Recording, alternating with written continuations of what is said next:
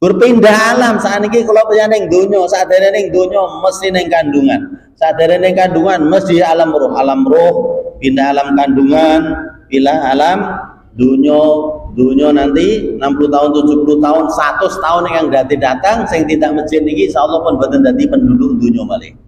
Kita pindah alam kubur, nanti kubur berapa? Pindah masa, mizan, dan ujung-ujungnya kita akan mudik. Kemana mudik kita?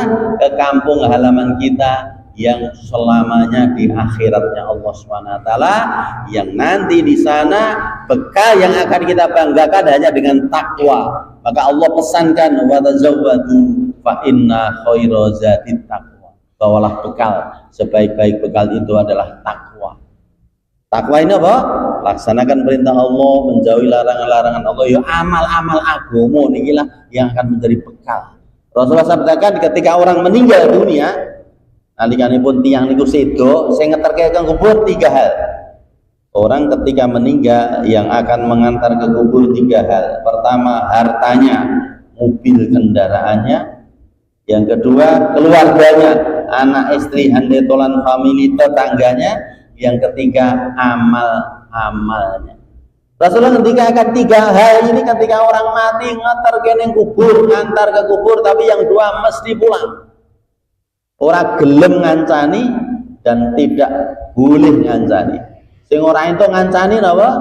Sing ora entuk ngancani bondone mobil enggak mungkin, keluarganya akan merelakan mobil kendaraannya kan, hartanya. Sing ora gelem ngancani keluarganya apa purun, kalau panjenengan ngancani sak jam nggih mawon. Menawi orang yang kita cintai, misalnya ibu-ibu, bapaknya tadi kemarin meninggal dunia dikubur jam 12 siang, kemudian malamnya kon ngancani sak jam ya ning Purwolaya mlayu sik dhewe kita ya. Akan pulang hartanya dan keluarganya yang setia menemani amal kita. Maka ibu yang mulia, mumpung amal ketika hidup ini dijual murah, kabeh iso ora enek saingannya, kita ingin jadi orang cerdas. Orang cerdas itu apa? Rasulullah sabdakan, al-kayyisu man dana nafsahu wa amila lima ba'dal. Orang cerdas niku bapak-bapak, ibu-ibu sing saged gunakan urip sing 20 tahun, 70 tahun untuk menyongsong hidup yang miliaran tahun, bahkan kholidina fiha abada. Rekoso sedelok kowe nak salawase lho, Pak. Kula panjenengan kon milih 2 pilihan. Bapak-bapak, ibu-ibu, kula panjenengan nek kon milih 2 pilihan. Pak, Bu, panjenengan rekoso sedelok penak salawase karo penak sedelok rekoso saklawase, pilih pundi? 2 pilihan. Panjenengan rekoso sedelok penak saklawase karo penak sedilo rekoso saklawase, pilih pundi? Orang cerdas akan memilih pilihan pertama, pilih rekoso sedilo ning penak saklawase. Ya menika apa wong mukmin iki, Pak? Orang mukmin orang yang rekoso sedilo penak saklawase. Sampai Rasulullah gambarke orang mukmin ning donya ini rekoso kaya ning kunjara. Nabi ngendikaken ad-dunya sijnul mukmin wa jannatul kafir. Dunia niki kaya kunjarane wong mukmin, dunia iki kaya swargane wong kafir. Ad-dunya sijnul mukmin wa jannatul kafir. Dunia niki kaya kunjarane wong mukmin, dunia iki kaya swargane wong kafir.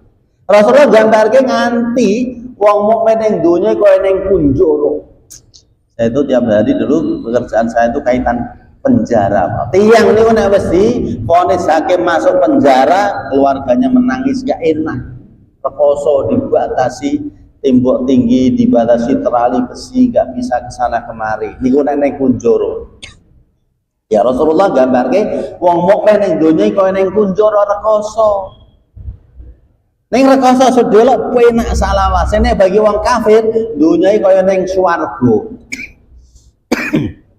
Gak ada sholat, puasa gak pernah dia lakukan, kurban ora digagas gitu ya. Kaya ning swarga. Tapi nalikane ning donya niki piyambakipun salah pilih, dia milih jadi orang kafir, sinaosa ning donyane kaya ning swarga, nanti dia akan menyesal. Karena apa? Penak sedelo rekoso saklawase. Kaitan hadis ini yang mulia akan saya kisahkan satu cerita.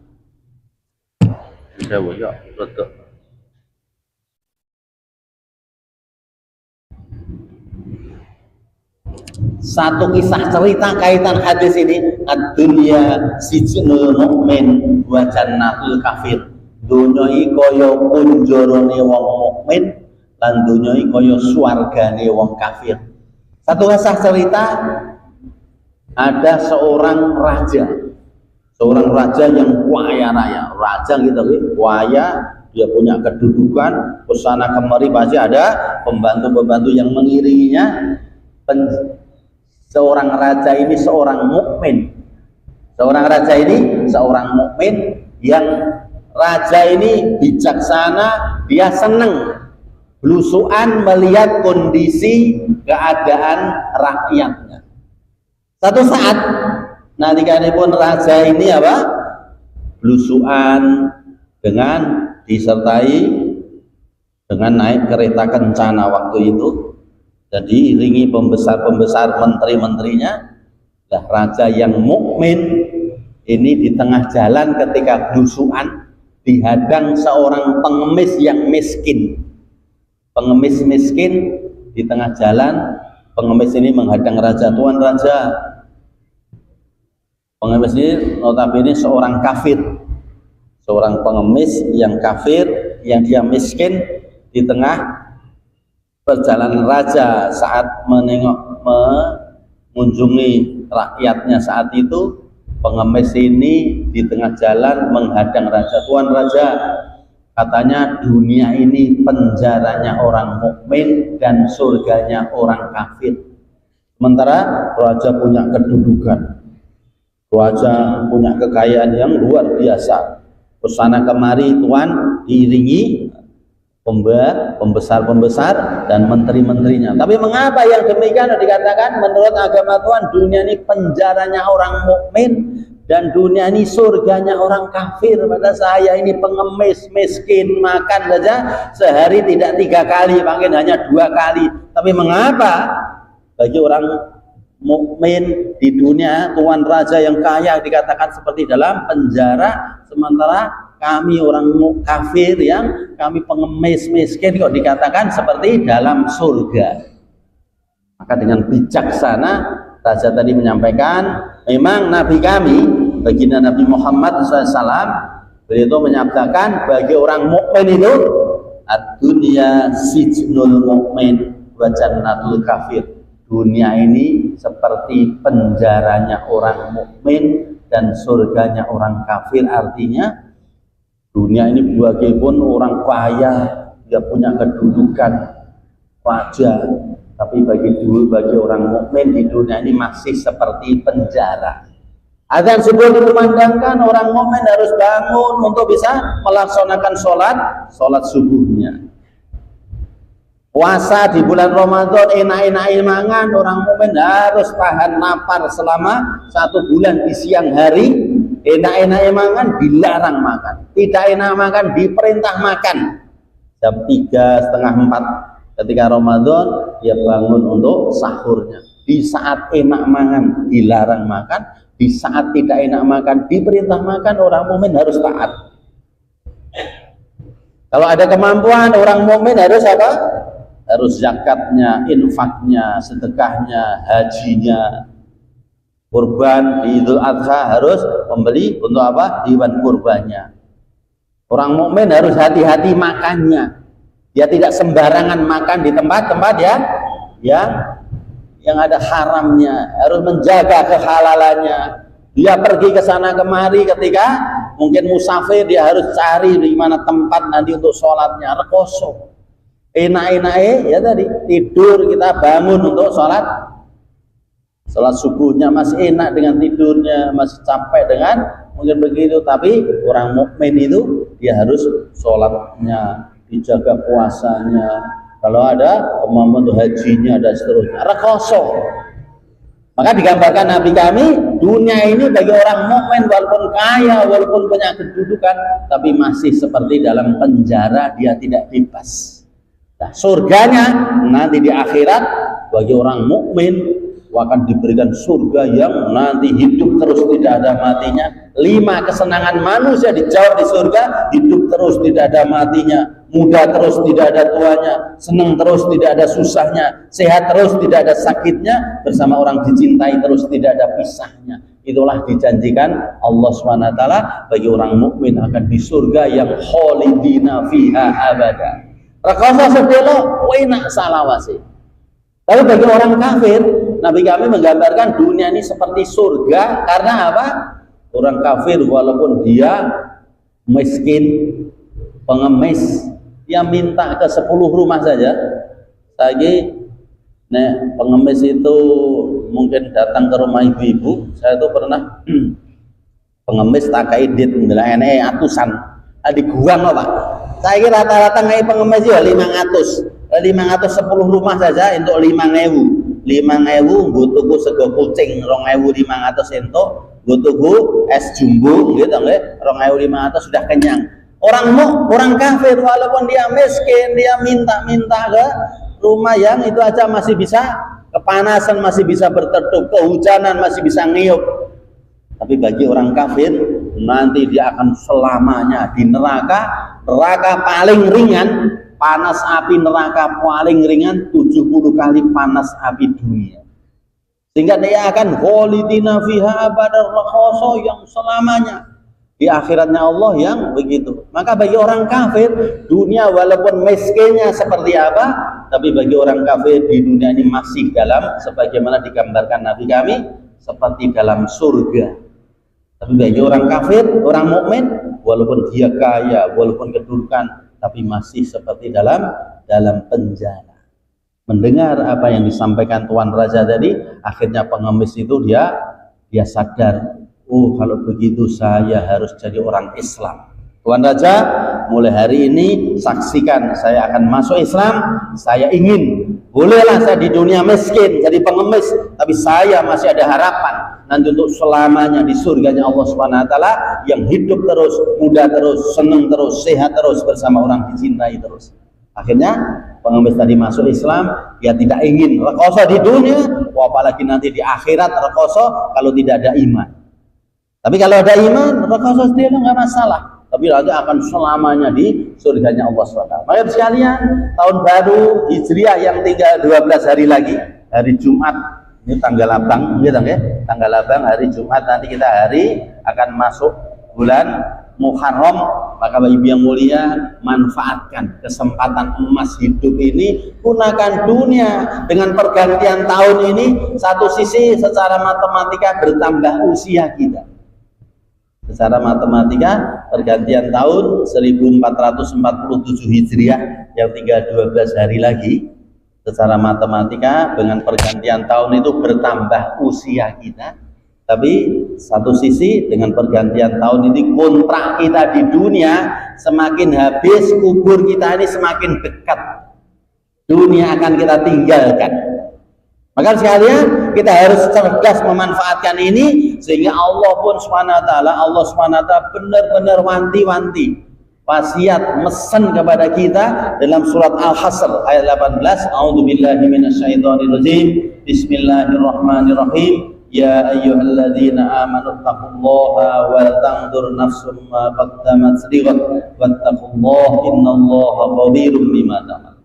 Allah pesan datang kula panjenengan supados kula panjenengan itu benar-benar mempersiapkan bekal akhirat kita. Di ayat itu Allah Subhanahu wa taala ngendikaken, ya ayyuhalladzina amanu, hai hambaku yang beriman, yang kusayang, yang kucintai orang-orang beriman, bertakwalah kamu kepada Allah dan hendaklah setiap diri memperhatikan bekal akhiratnya.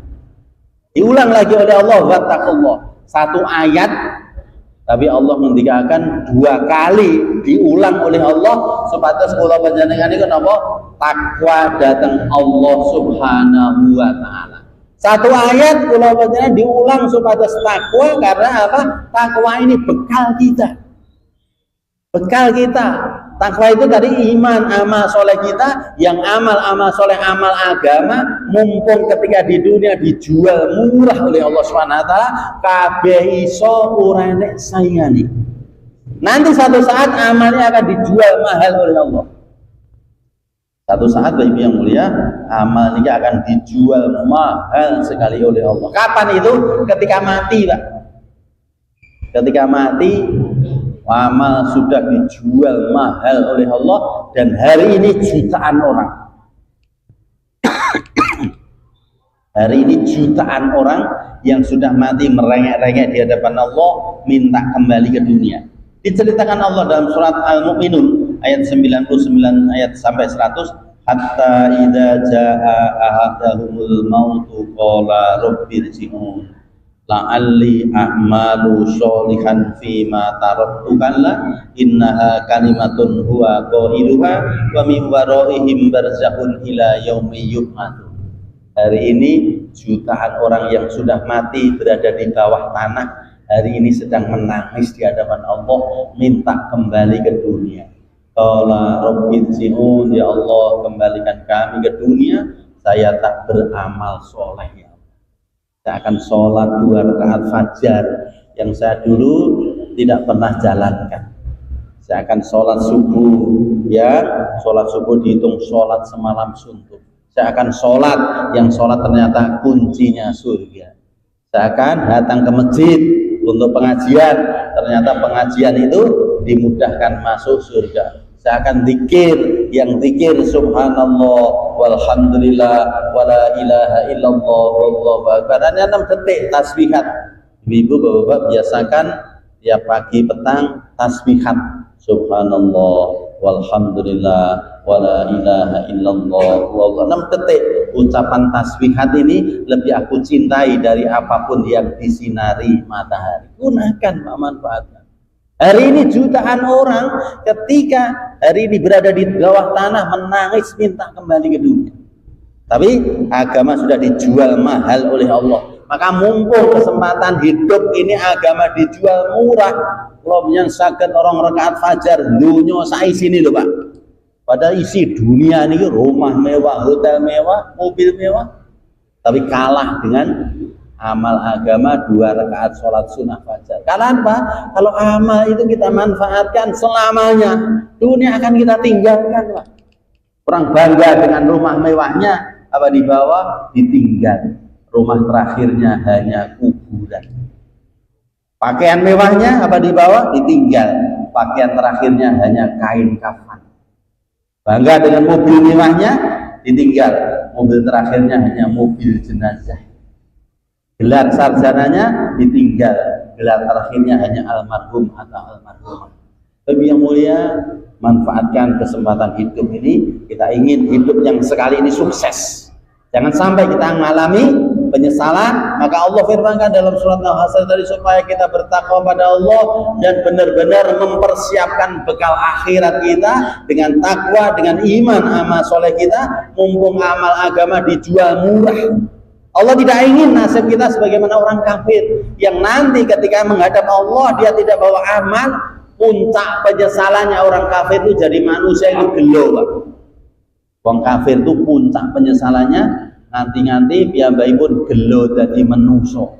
Inna anzarnakum adzaban qariba yauma yanzurul mar'u ma qaddamat yadahu wa yaqulul kafiru ya laitani kuntu turaba. Surat An-Naba, surat ke-78 ayat terakhir, ayat 40. Orang-orang kafir ketika nanti melihat siksa azab yang akan dialami hidupnya ketika nanti di akhirat selamanya di nerakanya Allah, melihat azab itu orang kafir berkata, ya laitani kuntu turaba. Ya Allah, tambah lebih senang sekiranya dulu di dunia itu jadi tanah saja.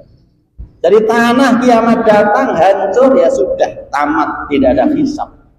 Tapi manusia akan dihisab. Kematian bagi manusia bukan akhir cerita. Kematian bagi manusia awal cerita, awal kehidupan kita yang sesungguhnya. Hidup yang sekali ini harus sukses. Karena hidup ini hanya sekali, tidak ada pengulangan dalam hidup. Manfaatkan hidup ini harus sukses. Lah orang sukses Allah ngendikakan dengan taat pada Allah, taat pada Rasulullah. Wa may yuti'illaha wa rasulahu faqad faza fauzan azima. Kita ingin sukses dunianya, sukses akhiratnya dengan taat pada Allah, taat pada Rasulullah. Karena manusia itu kan dibagi 4 golongan. Ulama besar menyampaikan manusia itu dibagi 4 golongan, yang manusia mesti akan masuk salah satu dari 4 golongan yang ulama sampaikan. Ada orang yang sukses dunianya, sukses akhirat. Golongan pertama, orang yang kaya dunia, kaya akhirat. Sukses dunia, sukses akhirat, dia berada di surganya Allah. Itu golongan pertama. Golongan kedua, kaya dunia tapi miskin di akhirat. Sukses dunia tapi sengsara akhirat, dia di nerakanya Allah Subhanahu wa taala selamat. Golongan kedua ini sukses dunianya kaya tapi dia miskin di akhirat, sengsara di nerakanya Allah Subhanahu wa taala. Golongan ketiga ini dunianya miskin, mungkin di dunianya sederhana tapi dia sukses akhiratnya, dia kaya raya akhiratnya, dia berada di surganya Allah. Golongan ketiga ini dunianya miskin, susah, tapi dia kaya raya akhiratnya, dia berada di surganya Allah SWT. Golongan keempat, miskin dunia, miskin akhirat, sengsara dunia, sengsara akhirat, di neraka yang kholidina fiha abada, selamanya. Manusia mesti akan masuk salah satu dari golongan 4 golongan yang ulama sampaikan. Pulau Panjenengan, kita semuanya kalau suruh milih, sepakat pasti kita milih pengen golongan pertama. Kalau bisa, sebagaimana Nabi Sulaiman alaihissalam, kaya dunia, kaya akhirat, sukses dunianya, sukses akhirat di surganya Allah. Beliau itu, Nabi Sulaiman itu raja, Nabi Yusuf itu perdana menteri. Beliau nabi, beliau kaya dunia, kaya akhirat, beliau nabi ahli surga. Pengen na iso kaya Nabi Sulaiman, Nabi Yusuf, kaya dunia, kaya akhirat, sukses dunia, sukses akhirat, bisa di surganya Allah.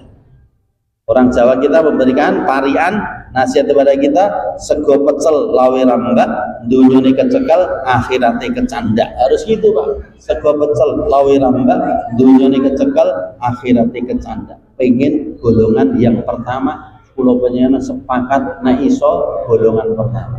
Kalau golongan pertama ini kula panjenengan tidak bisa, kita harus berusaha supados minimal golongan ketiga. Golongan ketiga tapi apa? Dunia bolehlah kita sederhana, miskin cenderung nggak masalah, tapi kaya raya di akhiratnya Allah Subhanahu wa taala, dia sukses berada di surganya Allah Subhanahu wa taala. Sebagaimana sahabat Bilal bin Rabah, sahabat Khabbab al-Arad, beliau itu budak belian, datur tukon, tapi beliau kaya raya.